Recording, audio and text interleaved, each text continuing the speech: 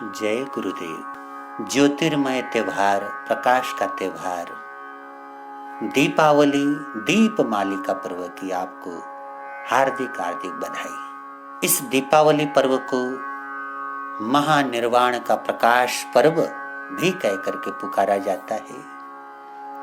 इस दीपावली पर्व के साथ अनेक प्रकार के प्रसंग जुड़े हुए हैं। भगवान विघ्न हरता, रिद्धि सिद्धि और सद्बुद्धि के दाता गणेश जी का पूजन हवन अनुष्ठान करने के बाद माता लक्ष्मी का आह्वान करते हैं, उनकी पूजा करते हैं। गणेश जी बुद्धि के देवता हैं और माता लक्ष्मी धन की अधिष्ठात्री हैं। तो इसीलिए माता लक्ष्मी की पूजा करने से पहले गणेश जी की पूजा की जाती है।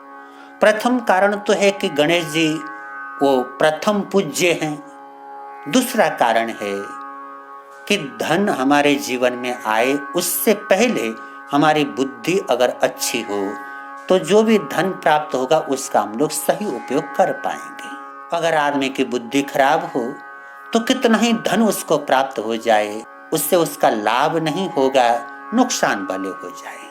इसलिए माता लक्ष्मी की पूजा करने से पहले, धन की प्राप्ति की तमन्ना व्यक्त करने से पहले हम लोग गणेश भगवान का पूजन करते हैं, उनकी अर्चना करते हैं।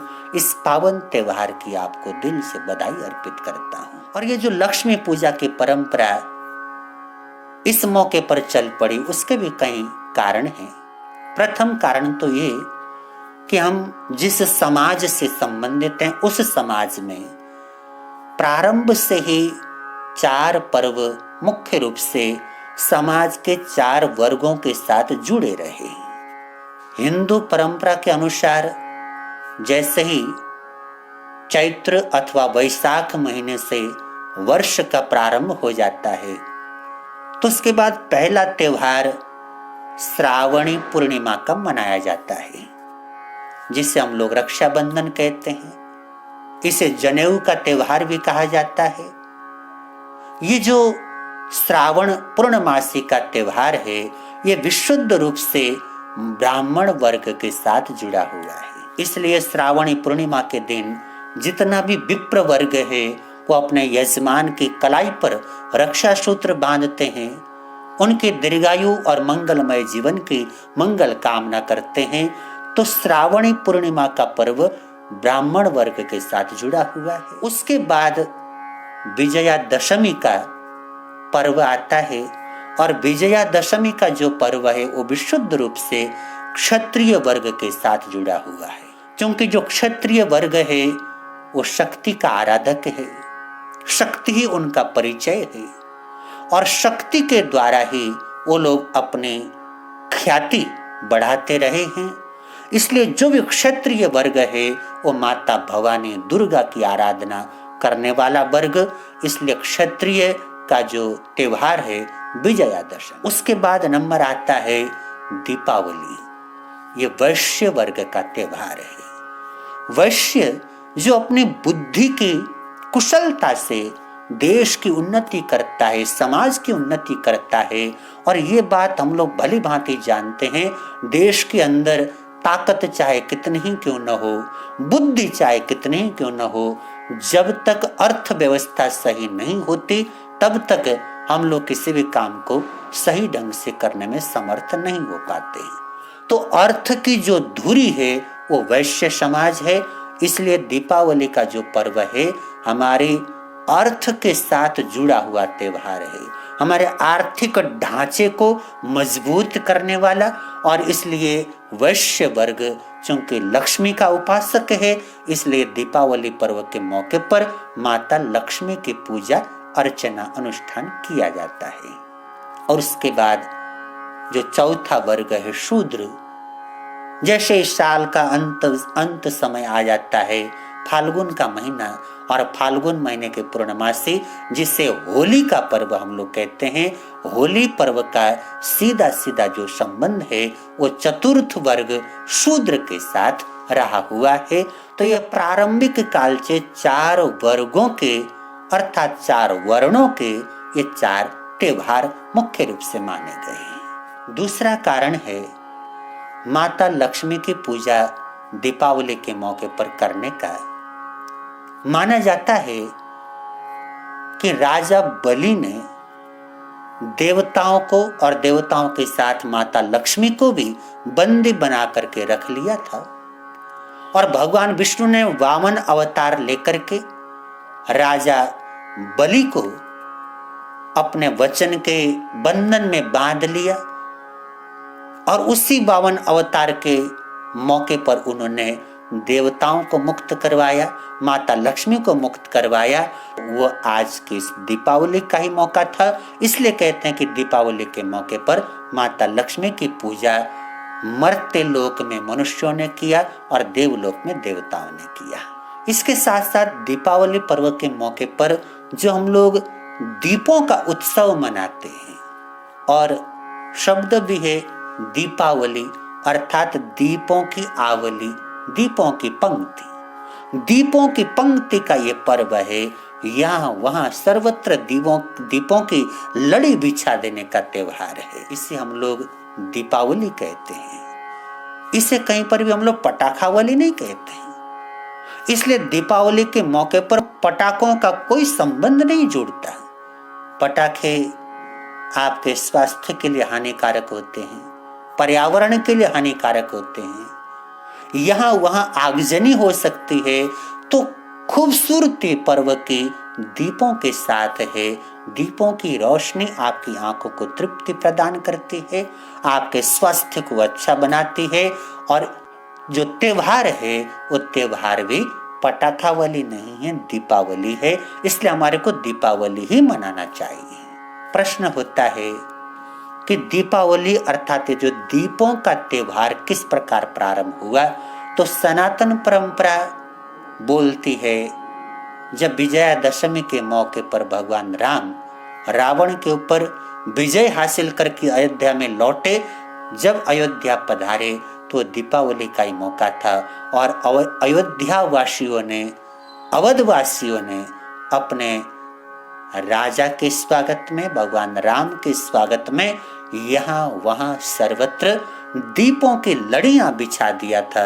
इसलिए कहते हैं कि दीपावली का पर्व चल पड़ा। में जैन परंपरा में एक और बड़ा महत्वपूर्ण इसका कारण दिया गया है, वो है भगवान महावीर स्वामी के निर्वाण कल्याणक के साथ जुड़ा हुआ। जैन परंपरा में 24 तीर्थंकर हैं, और उन 24 तीर्थंकर में अंतिम है तीर्थंकर भगवान महावीर स्वामी। 72 वर्ष की उनकी उम्र थी। जीवन का 72वां वर्ष चल रहा था, और उनके जीवन का वो अंतिम वर्ष था, और अंतिम वर्ष का अंतिम चातुर्मास पावापुरी, जो वर्तमान में बिहार प्रांत के अंदर है, पावापुरी में हस्तिपाल महाराजा की पौषधशाला में भगवान महावीर का अंतिम चातुर्मास चल रहा था। उस चातुर्मास काल में जैसे जैसे दीपावली का समय नजदीक आया, देव जगत, मनुष्य जगत संभवतः इस बात से परिचित था कि भगवान का निर्वाण होने वाला है। इसलिए बड़ी संख्या में श्रद्धालु लोग, श्रावक श्राविकाएं, देव देवी आदि 12 प्रकार की जो परिषदा होती है, वो 12 प्रकार की परिषदा भगवान महावीर स्वामी के चरणों में उपस्थित हुई, और वो बढ़ती चली गई। धन त्रयोदशी का दिन आया। धन त्रयोदशी के दिन तक पूरे देश और विदेशों से अनेक लोग बड़ी लंबी लंबी यात्राएं पूर्ण करके भगवान के चरणों में पहुंच चुके थे, और कितने लोग अभी रास्ते में थे। धन त्रयोदशी की संध्या काल के बाद भगवान महावीर स्वामी ने अपना अंतिम प्रवचन देना प्रारंभ किया। एक साधारण व्यक्ति के भी अंतिम जो वचन होते हैं उनका बड़ा मूल्य होता है। वो तो तीर्थंकर परमात्मा थे, और तीर्थंकरों में भी अंतिम तीर्थंकर थे, उनके वचनों का मूल्य क्यों नहीं होता। तीर्थंकर महावीर धन त्रयोदशी की उस संध्या के बाद प्रवचन करते गए, बोलते गए, लोग बैठ करके भगवान की वाणी सुनते गए। किसी को उठने का मन नहीं हुआ और भगवान भी अनवरत बोलते गए। धनत्रयोदशी की रात्रि बीत गई, चतुर्दशी का दिन आया, दिन भर भगवान का प्रवचन चलता रहा। चतुर्दशी की रात्रि को भी भगवान का प्रवचन चलता रहा और अमावस्या का दिन और अमावस्या की रात्रि लगातार 48 घंटे तक भगवान का वो पावन उपदेश प्रवाहित होता रहा। 24 तीर्थंकरों में से मात्र 2 तीर्थंकरों के साथ ये संयोग जुड़ा हुआ है कि उन्होंने लगातार 48 घंटे तक अर्थात 16 प्रहर तक प्रवचन दिया हो। 22वें तीर्थंकर अरिष्टनेमिनाथ, उन्होंने केवल ज्ञान प्राप्त करते ही 48 घंटे तक लगातार प्रवचन फरमाया था और भगवान महावीर स्वामी ने निर्वाण से पूर्व लगातार 16 प्रहर अर्थात 48 घंटे तक प्रवचन फरमाया।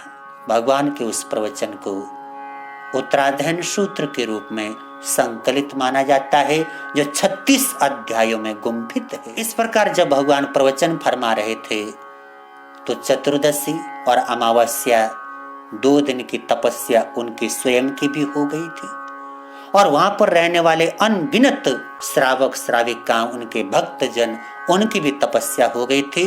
क्योंकि वहां पर धन त्रयोदशी से ही भगवान का पावन प्रवचन चल पड़ा था। लोग वहां पर आकर के बैठ गए थे और लगातार इस प्रवचन के अंदर सम्मिलित होते रहे। इसलिए आज भी जैन परंपरा में दीपावली के मौके पर तेला तप करने की परंपरा है। वो धन त्रयोदशी से तेले तप की शुरुआत करते हैं और अमावस्या तक तेले तप की आराधना करके एकम को पार ना किया करते हैं। तो ये भगवान महावीर स्वामी के निर्वाण के साथ इस तपस्या का संबंध जुड़ा हुआ है। जिस समय दीपावली की मध्य रात्रि को भगवान अपना प्रवचन कर ही रहे थे कि जैसे आधी रात आई, एकदम से भगवान ने अपना प्रवचन बंद कर दिया।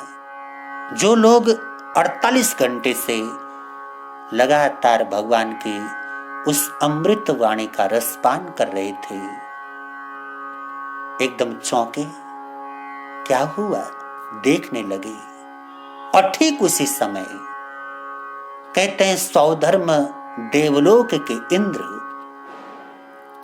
शक्रेंद्र महाराज भगवान के चरणों में उपस्थित हुए और बड़ी विनम्रता के साथ बोले, प्रभु अभी अनेक लोग रास्ते में हैं, वो आपके दर्शन की अभिलाषा लेकर के चल रहे हैं। कितने ही लोग आपकी वाणी को सुनने के लिए लालायित हैं। ऐसे सब लोगों को आपका आशीर्वाद मिल सके, आपकी अमृत वाणी के कुछ शब्द वो लोग श्रवण कर सकें। इसलिए मेरी विनती है कि आप कुछ देर अपना आयुष्य बढ़ा लें और इस समय अगर आपका निर्वाण हो जाएगा तो आपका तो कुछ बिगड़ेगा नहीं प्रभु, लेकिन ग्रहों का ऐसा योग इस समय निर्मित हो रहा है जिसे भस्मक योग कहा जा सकता है और उस भस्मक योग का प्रभाव आपके धर्म परिवार के ऊपर पड़ेगा। इसलिए मेरी विनती है कि आप अपना आयुष्य बढ़ा लें। बंधु, यहाँ पर कई बार कुछ लोग भस्मक ग्रह बोल देते हैं। 9 ग्रह हैं, सूर्य, चंद्र, मंगल, बुध, शुक्र, बृहस्पति, शनि, राहु और केतु। अब इन 9 ग्रहों के अलावा जो वर्तमान में ज्योतिष शास्त्रों के अंदर कुछ ग्रहों को स्वीकार कर लिया गया है वो हैं नेपच्यून, प्लूटो और हर्षल। तो इनमें से कोई भी भस्मक नाम का ग्रह नहीं है। हकीकत है कि भस्मक किसी ग्रह का नाम नहीं है, भस्मक ग्रहों का योग होता है। कई बार कुछ ग्रह मिलकर के इस प्रकार का योग निर्मित कर देते हैं जिसमें भिन्न भिन्न प्रकार का परिणाम घटित हो सकता है। तो ये ग्रहों का योग ऐसा बना हुआ था, इसलिए इंद्रदेव ने विनती की, प्रभु आप अपना आयुष्य कुछ बढ़ा लें। तब भगवान बोले, शक्रेंद्र भूल करते हो। जगत में भला कौन ऐसा है जो अपना आयुष्य बढ़ा सके? आयुष्य कर्म तो ये प्रकृति के अधीन है, विधाता के अधीन है। एक बार बंध गया अटल है, न कोई उसको कम कर सकता है न अधिक कर सकता है। आयुष्य कर्म जो बंध गया सो बंध गया, और मेरा आयुष्य जो है वही रहेगा। न मैं अपना आयुष्य कर्म बढ़ा सकता हूं और न मैं बढ़ाना चाहता हूं।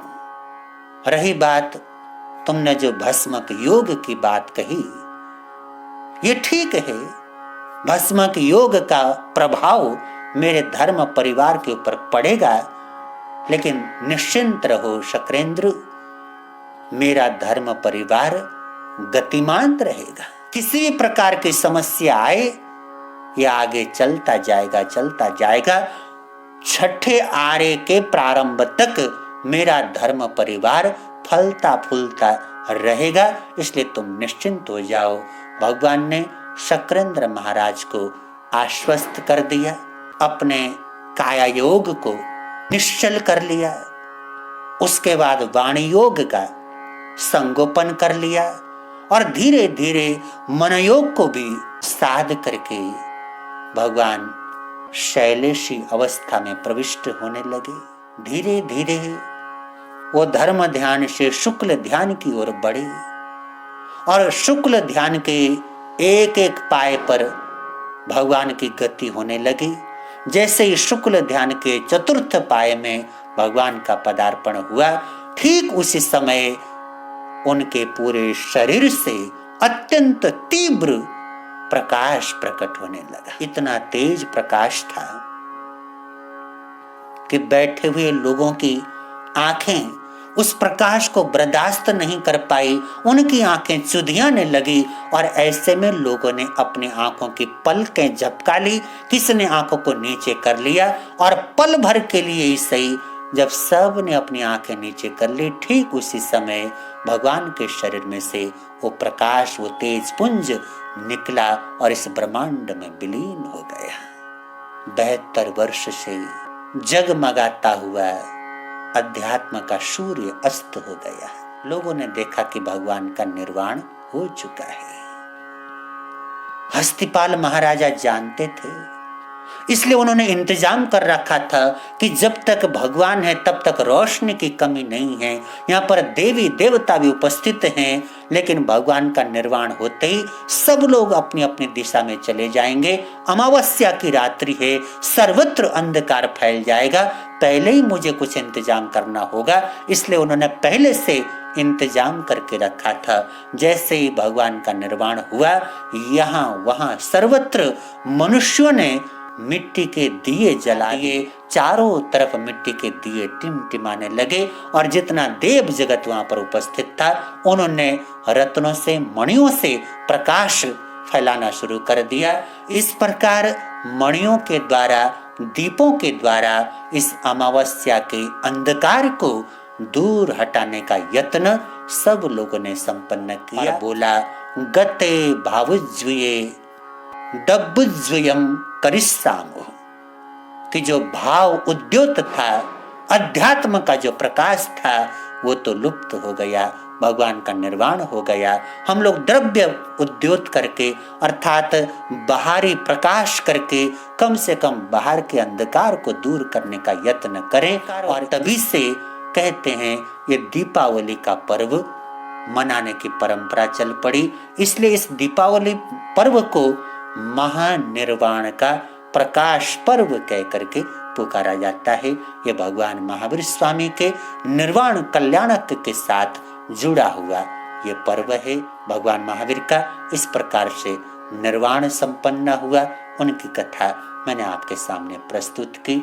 ऐसे भगवान की आराधना हम लोग दीपावली पर्व के मौके पर अवश्य हमें करनी चाहिए। जो लोग भगवान की आराधना करना चाहते हैं, उनके लिए ज्ञानी आचार्यों ने एक मंत्र दिया है, नमोत्थुणम समणस्य भगवो महावीरस्य। इस मंत्र का हम लोग दीपावली की मध्य रात्रि तक इस मंत्र का पाठ अपनी अपनी क्षमता के अनुसार कर सकते हैं। जितना पाठ करेंगे उतना हमारे को लाभ प्राप्त होगा।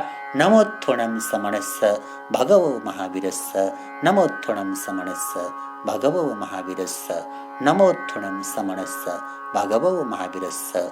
मध्य रात्रि तक इसका पाठ किया जाता है और मध्य रात्रि के बाद गौतम स्वामी का पाठ किया जाता है। ओम नमो भगवो गोयमस्य सिद्धस्य बुद्धस्य अखीण महानस्य। ओम नमो भगवो गोयमस्य सिद्धस्य बुद्धस्य अखीण महानस्य। इस मंत्र का जाप मध्य रात्रि के बाद प्रातः काल तक कर लेना चाहिए। और प्रातः काल जो प्रतिपदा की तिथि है वो गौतम स्वामी से संबंधित है। मैं अगले वीडियो के अंदर आपको गौतम स्वामी का प्रकरण, गौतम स्वामी की कथा सुनाने का प्रयास करूंगा। आज के लिए इतना ही। इतने प्रेम से मेरे शब्दों को सुना उसके लिए कृतज्ञ हूँ। भगवान महावीर स्वामी की कृपा आप सबके ऊपर बनी रहे। जय गुरुदेव। गुरुवर के हर वचन पर